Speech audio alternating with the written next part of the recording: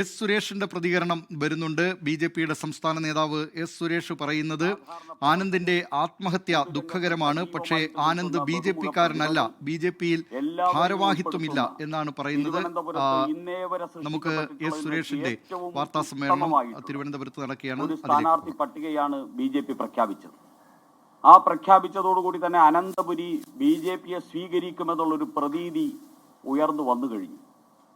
അതിൽ നിന്നുള്ള അങ്കലാപ്പാണ് കെ മുരളീധരനും അതോടൊപ്പം തന്നെ മന്ത്രി ശിവൻകുട്ടിയുമൊക്കെ ബി.ജെ.പിക്കെതിരെ കെട്ടുകഥകൾ ഉണ്ടാക്കാനും അധിക്ഷേപ വാക്കുകൾ ചൊരിയാനും കാരണമാകുന്നത്. അതിൽ നിന്നുള്ള വിഭ്രാന്തിയാണ് എന്ന് പറയാൻ ബി.ജെ.പി ആഗ്രഹിക്കുകയാണ്.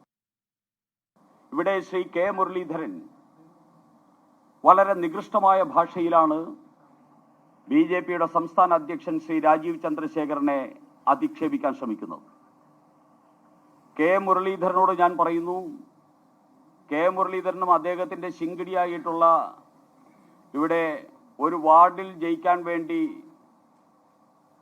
വാർഡിൽ മത്സരിച്ച് ദയനീയമായ തോൽവിക്ക് വേണ്ടി കാത്തിരിക്കുന്ന ഒരു യുവ നേതാവുമുണ്ട്.